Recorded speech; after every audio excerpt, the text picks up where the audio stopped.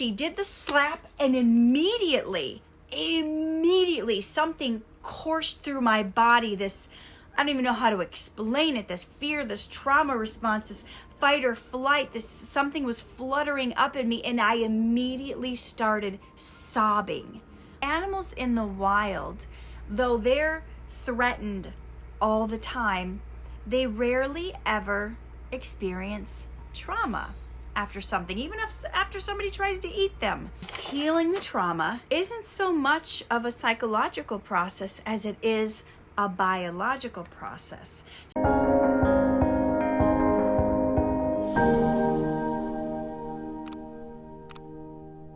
And now you can use that same biology to come out of the immobility response and to come back to life, to come back to yourself. So why is it that humans don't complete these cycles like the animals do? Just complete the cycles and get out of that intense situation. Why is it like a whole bunch of trauma more than what the animals deal with, who are being threatened on a more constant basis? Well, that has to do with us having a rational brain. And a lot of times our rational brain overthinks things. And we don't allow our body to go through anything that might embarrass us, right? So if we like fall down in the hallway at school or work, we just like quickly, we get right back up, and we sometimes pretend like it didn't even happen. Or we don't want anyone to fuss over us. We pretend like everything is good. No, it's good. I'm fine. It's good. It's no big deal. And it's all this stuff we do. If we would have just stayed on the ground and shook it off and shed our tears and cried through it in the moment, just maybe laid there, cried, shake it off, like I said, go through the process, we would have got up when we were ready, when we were actually ready, and we would have been fine. But what we do is we stop partway through. We have this traumatic thing happen. We're all ramped up, but we're rushing to, like, we don't want to feel embarrassed. We don't want to get flustered. So we let our rational brain take over, and not the normal biological animal instinct to move us through completing that cycle.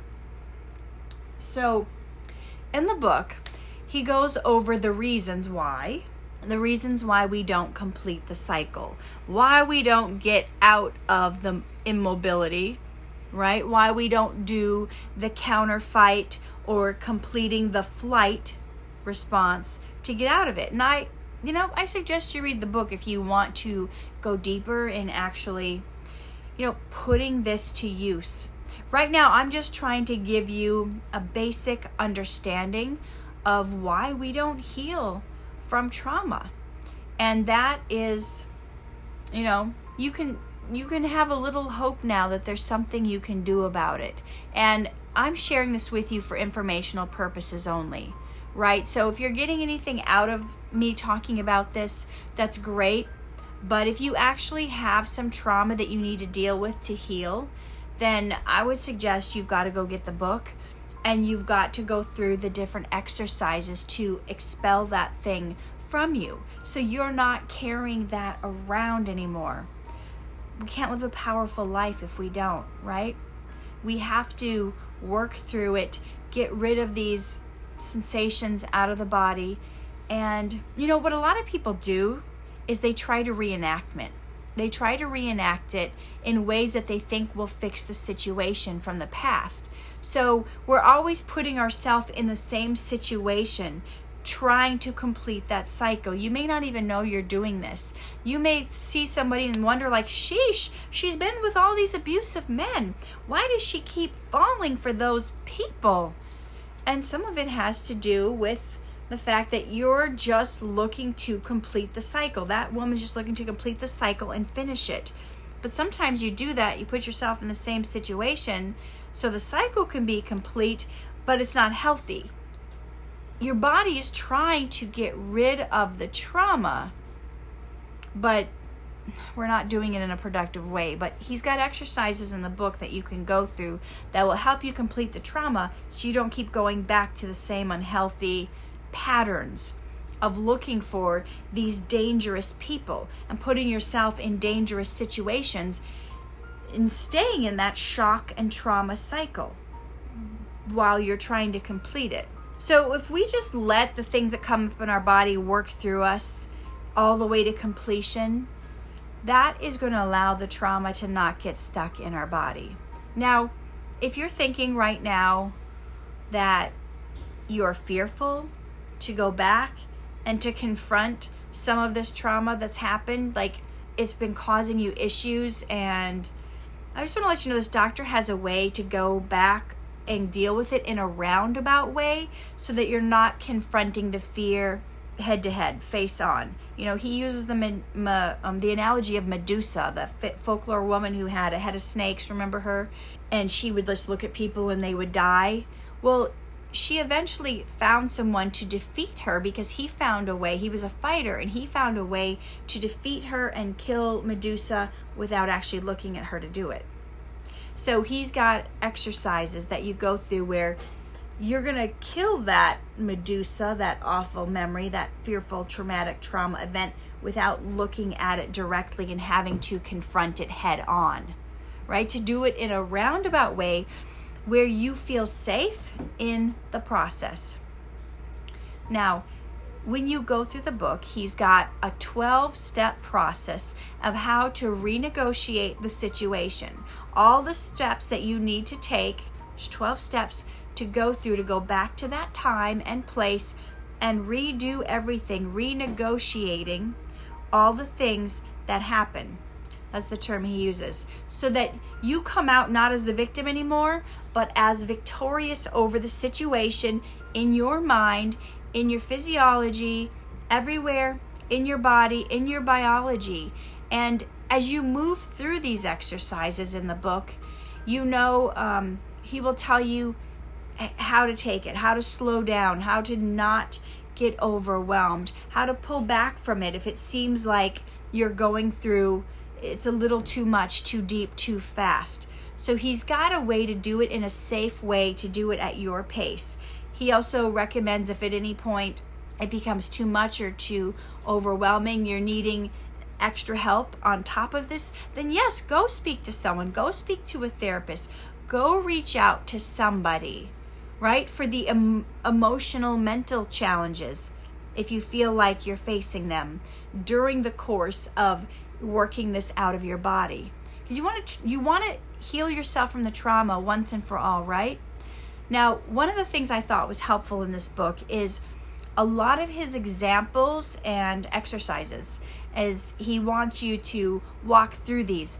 And the cool thing is, it's not going to be anything necessarily related to what you've been through. So don't worry, there's no like, imagine you're in some kind of a horrible situation and it's not going to be like that. You're going to be either the animal that's being hunted or the prey, but you're going to imagine yourself as the rabbit, as the cheetah, as the hunter animal. It's not going to be like a real life scenario where you're having to imagine somebody cutting you, or you know what I'm saying? So it's not going to be triggering in that sense, that in that weird sense, like you're imagining this being tied up and something happening to you or being kidnapped, right? Because that might get too close to home of something that you've actually experienced and what you've dealt with. So rest assured, that's not the kind of examples he uses. What he talks about in the renegotiating is a way to get through the event and get rid of the trauma, which a lot of people who don't have the tools is they don't realize that they're not conscious of how they do it and how they don't know the steps to take and the ways to manage it. They know they've got to work through it, but instead of renegotiating it, what in the end what they're doing is they're reenacting it. They think if they just get through the trauma by getting in another similar situation, that will help heal them. But without the tools and ways to do it, they just usually end up hindering themselves, re-traumatizing themselves, because they're looking for that thing to try to get over in essence, why you see women, like I mentioned, in the same abusive relationship cycles, because they keep seeking out those patterns of getting in more abusive relationships. So you have to know what you're doing, and you have to be conscious of it. And you have to have the tools in order to be able to complete the cycle, to get rid of the trauma, to renegotiate it, and not stay stuck in that cycle where you're rather reenacting what happened and then actually getting re-traumatized or traumatized more from the new situations you're putting yourself in. So towards the end of the book, he talks about what you can do to prevent more trauma from happening. So this is good to know, because it's not like it's not like bad stuff is just because it's happened to us in the past that it's not going to happen anymore. We'll still have events that we have to get over. So whether it's a fall, or whether we get slammed to the ground, car crash, we're at a baseball game and a baseball hits us in the head, you can work through that without having it turn into a trauma, and being able to kind of sit there in the moment and work through it with the calming down and the getting over the shock and the shaking it off and doing the breathing that you need to do. So you don't just like hop up right away because people are looking at you at the time, right? You just have to know everything's fine. You don't want to let the shock stay trapped in the body.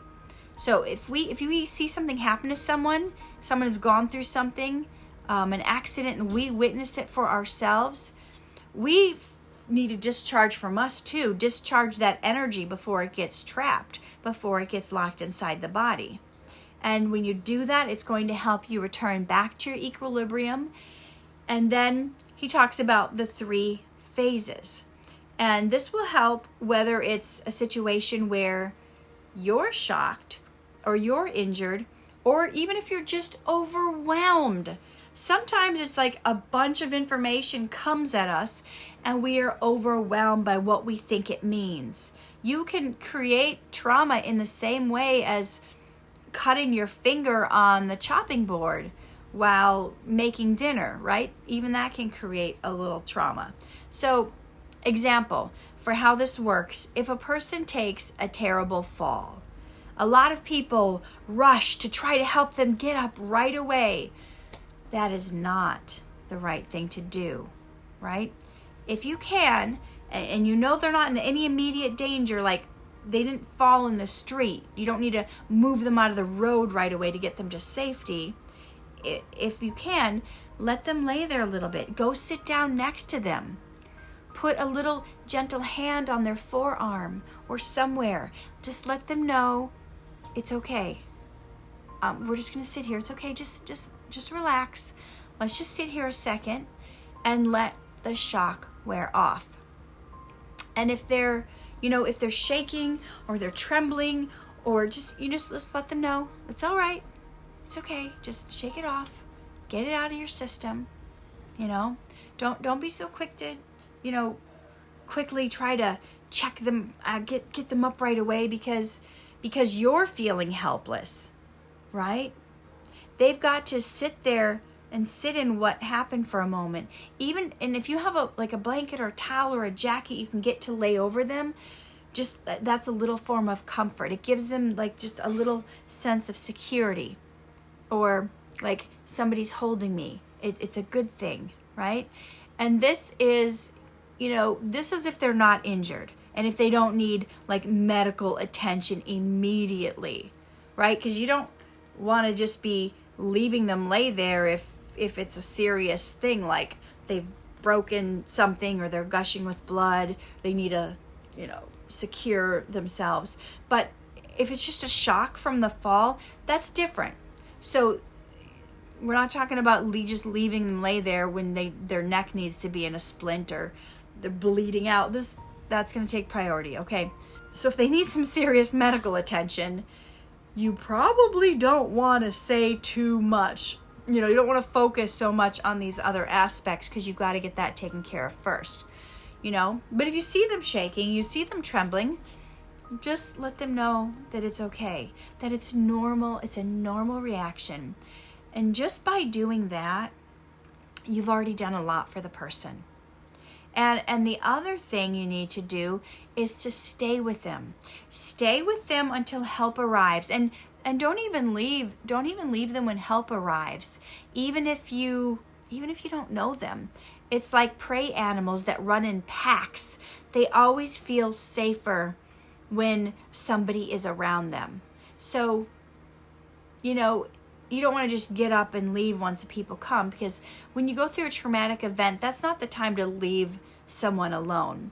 Whenever possible, if you could, stay with them longer, even until the help arrives, because when something traumatic happens, there's just an immediate bonding that happens to you when you go over to help someone right away when they've gone through something traumatic.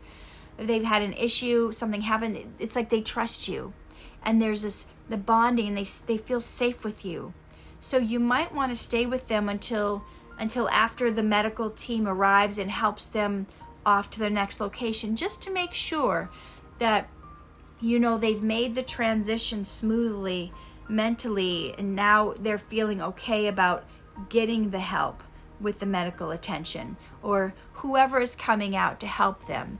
Just make sure that you're there, and you let them know as the medical help arrives, you stay there before they go. Don't get up to leave too quickly. Just your presence and staying with them is really good. It's a really good thing. And really reminding them if they shake or if they tremble, it's not only okay, but it's actually a good thing to help them dispel the energy from the shock. So you can let them know that's good. It's okay. Just let it out. So when this initially happens, just stay with them for however long it takes, right? They may go through several cycles of shaking or trembling, or maybe they're feeling hot or they're feeling cold, and then there's another cycle of shaking and trembling, and you just want to let them stay there and not try to rush them. Don't try to rush them to get up or move on. So just let them stay there, sit there as long as you need to until they've gone through the cycles of dispelling this energy out of their body. Now, sometimes people won't want you to be there with them. They try to be tough anyway. Obviously you're not going to force it, but like if you have a friend that went through something traumatic, they may be in denial. And they may say, I'm fine. No, you don't have to come over. Like it's the next day you want to go on and check on them. And they're saying, no, it's all good. I'm fine. I got a lot to do. I don't really have time. I got to go shopping. I got some errands to run. Really do your best to try to get them to take some more time, just to stop and to rest and to relax and to process. If they return too quickly to their normal everyday stuff, then they haven't worked through the full cycle, right? That trauma is going to stay with them. So this doctor gave an example of this lady that was kidnapped, and she was tied up on this guy's bed, and he was threatening her, and he had all kinds of guns and knives, and she just said, no, I wasn't really scared. No, everything was fine. Nothing really happened. But her mind was like justified everything, but her body was saying different. She was having this endocrinologist take all these tests with her, and her thyroid was crazy messed up, and her eyes were bulging, the kind of bulging your eyes get when there's fear involved. But her mind was trying to override it, in denial, saying, oh, everything was fine. Nothing really happened when I got kidnapped. And she just tried to talk herself out of the fear, and she did mentally, but it was showing up in her body, in her thyroid tests and in her bulging eyes. So sometimes we want to act like everything is fine and get back to normal as quickly as possible. But when we do that, we're really doing a disservice to our healing. So when somebody goes through this, try to help them focus on their body, focus on the bodily sensations and getting through that. Or do that for yourself. Check in with yourself. Like, how are you feeling in your body? How How is your chest? Does your chest feel tight right now? Is your heart racing? Do you feel any kind of numbness? Are you feeling any kind of pain? Are you like fired up? Are you needing to like discharge this energy and just dispel it? So the next phase, you're going to start to go through these emotions. Emotions, maybe anger, maybe fear, maybe you're in tears are welling up and you've got this deep sadness. Maybe you're getting anxious. That's a good time to just be there. To be there for that person, to hold their hand, just to let them know you're going to be there. And just, you don't have to say much, just holding their hand or putting your hand on their back or their shoulder and just being present. That's what they need when they're then working through the emotions. After the body, then it's the emotions. When these emotions come up, that's the next phase. And it does let us know that there's still some extra energy that needs to be worked through. It needs to be dealt with.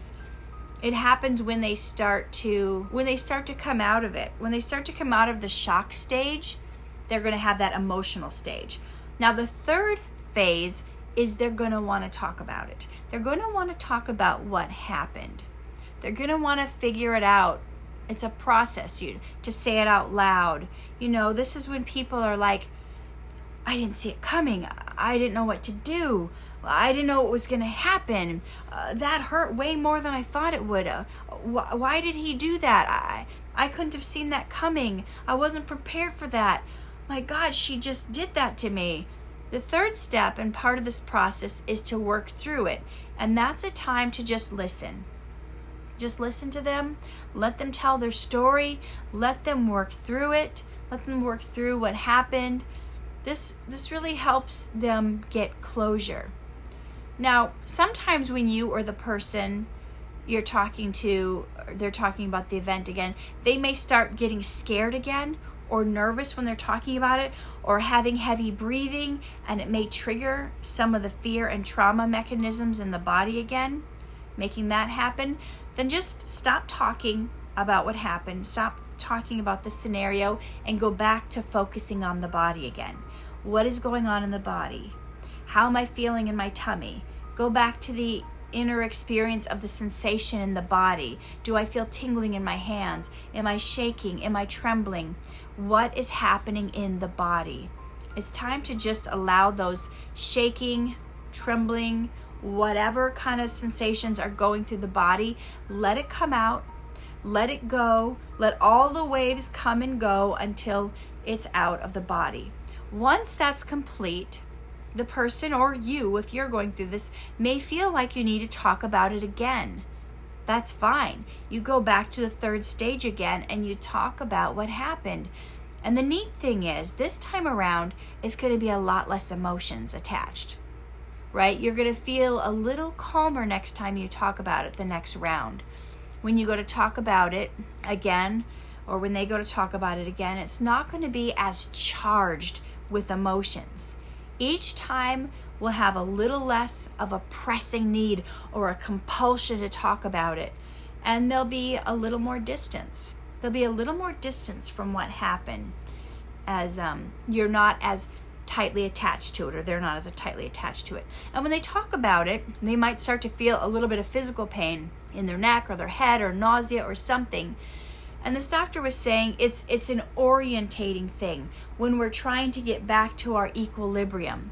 And he said when that happens, it's showing in the process that they are moving towards a resolution, which is good.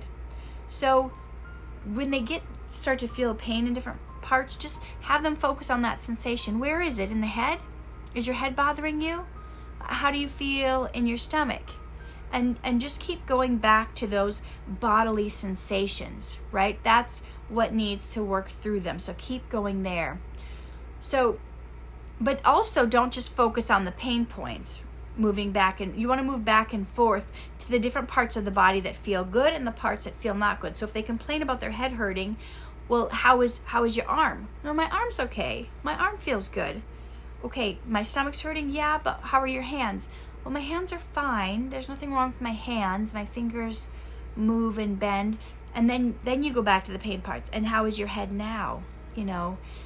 So that way you're taking them through the pendulum of the discharge areas that they need to get rid of the uncomfortable feeling, and you're going back to areas of the body where they feel comfortable and uncomfortable.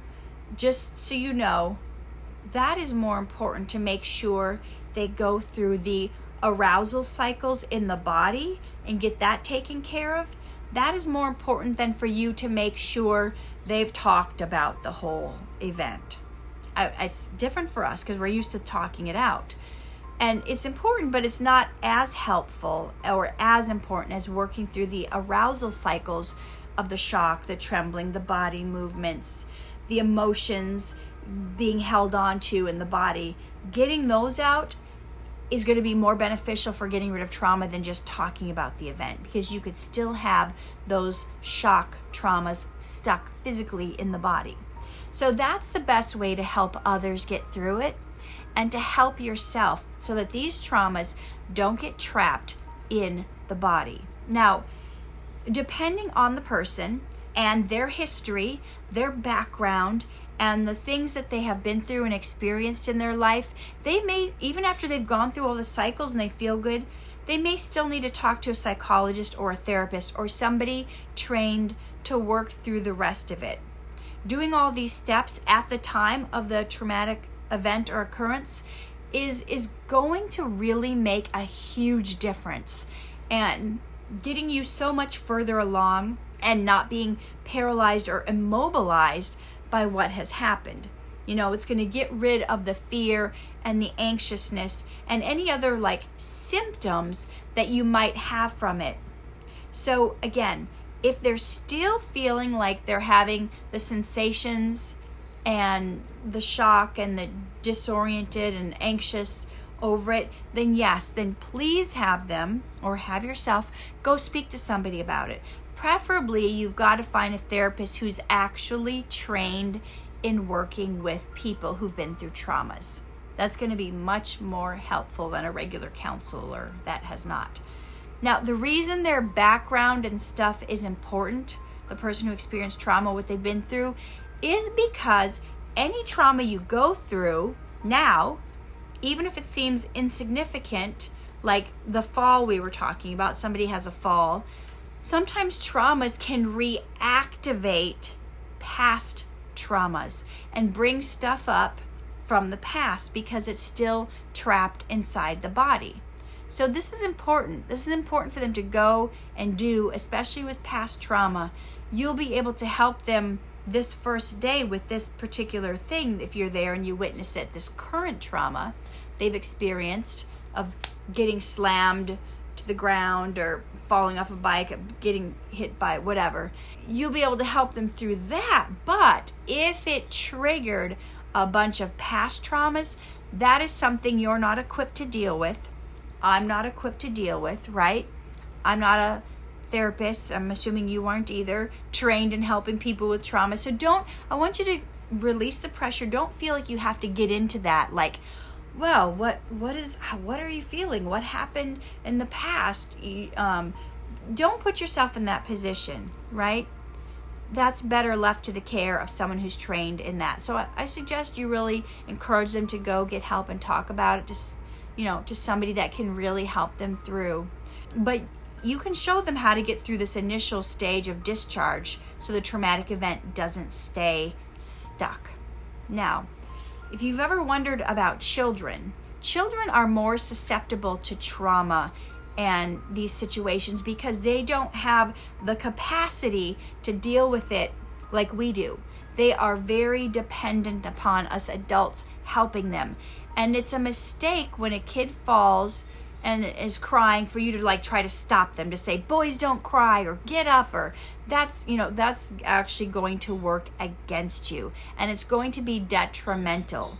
There has actually been studies that have been done that show if a child gets to cry immediately after a traumatic event, after something has happened, they are more likely to heal quicker and not carry that pain with them. So never try to stifle a child or an adult's emotions If they're going through something after something happens, and let them let it all out, right? Don't tell them how they should feel. Like, oh, you shouldn't cry, or it wasn't that big of a deal. Let them work it out through whatever way they need to work it out. Don't try to stop them or stifle them. If you don't let them work through their emotions, they could later have symptoms of anxiety and fear and depression, etc., tied to not being able to work it out, but it being trapped. Sometimes you don't want to think traumatic events are traumatic for a child, like parents getting divorced, or them falling off a bike, or even a simple medical procedure. But they are for kids, especially if they're involving anesthesia, or if they have to pin your child down to do something, to strap them down, forcing them to lay still to have the procedure done. That can be very traumatic for a child. They do not know how to process that. So not being able to move, not being able to get away, having something horrible happen to you that may be intrusive. I mean, sometimes even the way you stick a thermometer in a child can be traumatic. So when you see somebody have something traumatic happen, like maybe your child falls off the bike or gets hit or whatever, you have to be mindful of your own response first too. Don't panic, freak out, oh my gosh, because they're going to pick up on your response too. Before you rush to your child with your stomach up in your throat, freaking out, just take a moment to collect yourself. Take a deep breath. It is not good for them to see you freak out, okay? So take a deep breath before you calmly go over to help them. You want to be in a calm place, able to handle it, and you not panicking going over there, because that's going to be extra hard for them. So I'm letting you know, collect yourself, take a deep breath, exhale, then you will be able to go help them in a calm state, not panicked. They don't need that energy. I say that again. They've just had something traumatic happen to them. Now, when you reach them, you can make sure that they're not injured, right? Deeply in need of medical care. If they are, please call 911 immediately. If they're not in need of medical help, maybe holding them, embracing them, sometimes even like lifting them a little, give them a sense of security. They might be cold, wrapping them in a sweater or something, just letting them know that they're secure. That's a big thing. And children may have that denial thing too. They might just want to pretend like everything is okay. Mommy, I'm strong. That didn't bother me. They want to show you how tough they are, but just coax them into taking a little time. Hey, it's okay. We're just going to rest here a minute. We're just going to take some time and do some deep breathing and collect ourselves, and we're just going to shake it off, and we're going to do whatever you need, do whatever they need to get them to dispel that energy and not just close it down and not hold it in, and have them just rest there a minute. And then you may notice some signs of shock, like, are their eyes glazed over? Are they pale in complexion? Do they have rapid shallow breathing? Are they trembling? Or they may not know where they are. They may have a sense of disorientation. They may ask, where am I? And just let them know where they are, and that you're there with them. I'm here with you. We're outside our house. I'm just going to be calm and quiet, and maybe you're doing a little bit of hugging, a little bit of holding if it seems appropriate. But I mentioned only do it in a gentle, light, non-restrictive way. You're not holding them tight so they're, because that could stop the shaking or trembling process they need to go through to get that out of your system. So just a really light hold. No like squeezing that feels constricting. Even if you just put your hand on their back or the middle of their back opposite where their heart is, that does a lot. On the other side of their back, it just communicates that you're there and you're supporting them, but it doesn't interfere with our body's need to discharge what happened. So what you don't want to do is excessive patting, rubbing, letting them know over and over, it's okay, it's going to be okay, you're going to be fine, it's good. You don't want to do that, because that can disrupt their discharge process. So you know how that's what we do when there's a baby and the baby's crying and we're rocking it and we're holding it and it's crying and we're petting it. Shh, shh, shh. We're saying, shh, shh, shh. You're okay. Shh, shh, shh. It's okay. And you're rubbing it and you're trying to get them to quiet down. That is not what you want to do when someone's had an abrupt thing happen to them, because that will disrupt their recovery process. So just be there. Just be present. Maybe with a hand. Maybe holding their hand, maybe with a few words. That's what's needed. It's just you're supporting them. Knowing you're there, that's what they need. Then, as their day, as it starts to wear off, then you can go through the process of asking them, what are you feeling in your body? And ask these questions slowly and quietly, and repeat the questions if they're not answering initially, okay? You can point, what are you feeling here? What are you feeling here in your chest? Are you feeling anything in your tummy? What do you feel here in your head, sweetheart? And you wait for a response. And maybe you say, oh, it looks like you're feeling bad in your body. And then they might give you a little nod. Then you can go back and ask, where do you feel bad in your body? Show me the part of your body where you feel that. And maybe they might answer you, I have a lump in my tummy. Well, then you just, matter of fact, repeat that back to them. Oh, you have a lump in your tummy? You don't want to make a big deal out of it. You could ask them, well, where is it? And they could point to where it is and then ask them, does it have a size or a shape or a color? What does the lump look like? You can ask, is it heavy or is it light? These kind of questions can get them in tune with what's going on in their body.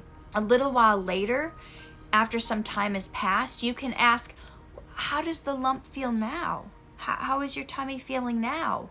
Or wherever they're saying that it's hurting or not feeling right.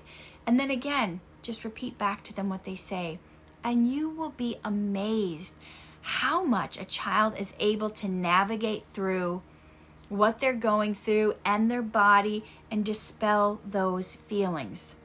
Also, it's important to allow a moment or two of silence in between the questions to allow the child to go through the different phases of this process in order to complete the cycles without being distracted by other questions.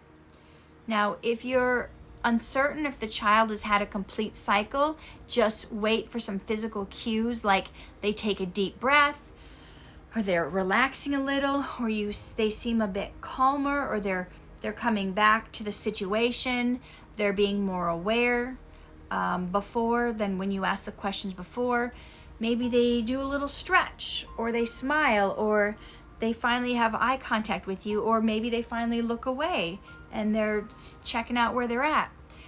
Each child is different, and there's different amounts of times that they may need to complete these cycles. Each might have a different cycle. So, let a couple more seconds go. Don't be impatient working through these cycles with them. And your child will let you know when they're ready to be done, when they're ready. They might give you a smile, they might give you a hug, they might squeeze your hand, or they might just jump off your lap and go back to playing. So just know that this is not the time to stir up stories about what happened. What did you go through? What were you feeling? What happened when that car almost swiped you? That's not for your kid right now, okay? They might go through a reenactment later during playtime. They might want to talk about it later. Don't force the issue now. If they just want to get up and go play, they're not equipped fully, developmentally, in their mind to necessarily work through or process what happened right away verbally, right? So later, maybe you want to ask about it, or maybe they'll be drawing pictures of it or playing with their dolls or army figures and acting it out. That's how they're going to process it. Just give them time right now to discharge the body stuff and rest. And you can monitor their behavior and see if they're getting hyperactive or overly aggressive, or if they seem to engage. Those types of things will give you a clue to where they're at. Now, I know as a parent, you have an instinct to want to stop them from discharging because you don't want to see them crying or being angry or shaking or, but you have to let them go through this. That's an important part of being able to discharge this and get rid of those feelings before they turn into trauma. So let them complete the cycle. It shouldn't, it's worth it so that they don't have a lot of problems later in life, depending on how bad the trauma was. Just, you're there with them, you're giving that gentle, reassuring hand on the back. And you can even say to them, just let the scary stuff shake off. And this doctor goes into a whole section of symptoms that could occur in your child that will clue you into whether or not if they need more help or not. So that's good to look at if you wonder, is my child exhibiting some symptoms that maybe they're still not okay, even after we've worked through this? So he'll give you the list of all those things. So I suggest you read the book if you are dealing with a child who's been through something and you think their behavior hasn't been the same since. That would indicate that your child does need more professional help. So, guys, if we don't handle these traumas that we have had in our life, we end up reenacting them later in life. It may start with a kid smashing his cars or banging the doors or hitting the doll against things. And later, as an adult, it turns into domestic violence. It turns into street fights with their peers. It turns into bullying. You guys know America is one of the countries that has the most domestic violence during times of peace. I mean, there's times in other countries are at war and domestic violence rises because of the stuff going on around. During wartime, it kind of makes sense. But in times of peace, there's more domestic violence here because we have not allowed people to work through their trauma, or they haven't been equipped. They don't know how. They haven't had the tools. They've been taught to stifle it, not work through it. So we don't want to keep experiencing this cycle. We don't want to say, oh, it's been years, I'm over that. If it keeps manifesting in ways where you're being overly aggressive or putting yourself in danger or harm or being anxious and afraid to leave the house because it's something you haven't worked through, your body innately wants to discharge this trauma. It wants to work it out of you. Please listen to your body. I don't want you to keep getting hurt or hurt others or putting yourself in a situation over and over where you're getting hurt trying to work through this that you don't even know it's happening consciously. And that's what a lot of people are doing. That's why a lot of people are hurt. It's so very important to get this trauma handled because unresolved trauma, well, it costs millions in healthcare, but dealing with anxiety and depression and psychosomatic symptoms, it's plaguing millions of people because they haven't dealt with it. More than 75 or 80% of people who go to a general practitioner for symptoms that seem to have no cause are due to suffering from these traumas that were never healed and never worked out. So we have a chance.